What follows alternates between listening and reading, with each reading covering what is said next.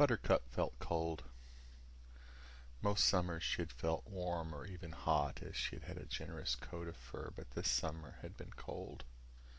She couldn't be sure, but it seemed to her that it had been colder since her hindquarters began to give out. She would be lying in the sun, dreaming of the old man, and wake up in the shade, cold. Sometimes when she tried to get up, her hindquarters wouldn't do it for her. "Are you sleepy, Buttercup?"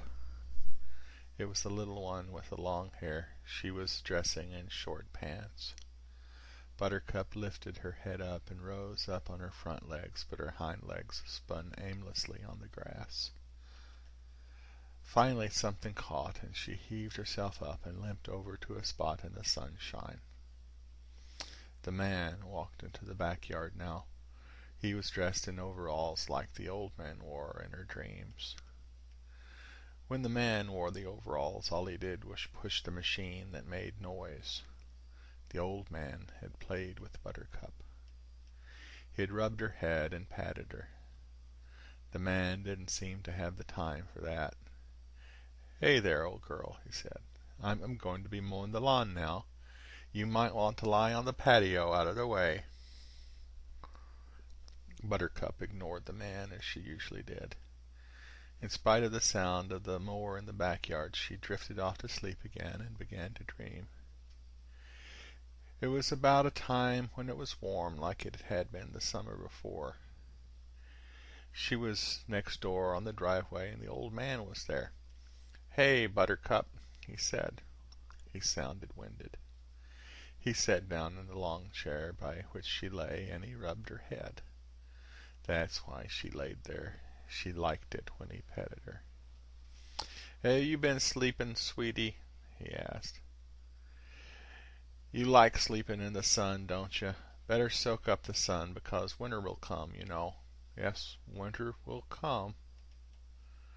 They were there the longest time, with his hand on her, petting her softly. But then she felt it move more vigorously, and she heard her name called. The voice had changed, though. "Buttercup, Buttercup." It was a woman's voice. She cracked her eyes. It was the woman. "Are you okay, Buttercup?" the woman asked.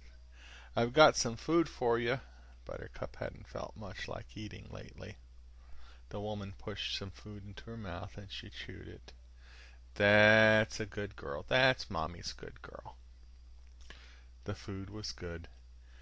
It gave her strength. Buttercup stood up and walked over to her water dish and began to drink. She raised her head and looked over toward the house next door. It had been quiet since last summer. The winter had come, then the spring, but she had not seen the old man again. The gate between the two houses once had been always open, but then it was shut. It was shut through the winter and then through the spring. But then she looked now, and it was open. She limped over, hoping to see her old friend. He wasn't there, but maybe he would come. She stretched out on the driveway in the warm summer sunshine. The asphalt from the driveway radiated heat, which soaked into her joints and into her back. She felt a comfort and a peace that she had not known for years. When she opened her eyes, she felt like a pup again. "Buttercup," came a man's voice.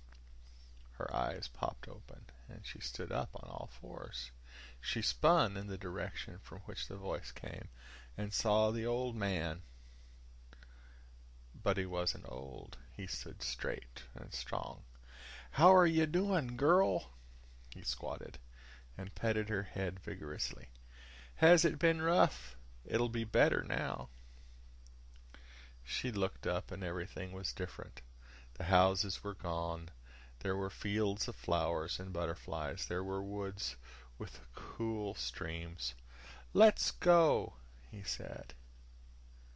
And they did.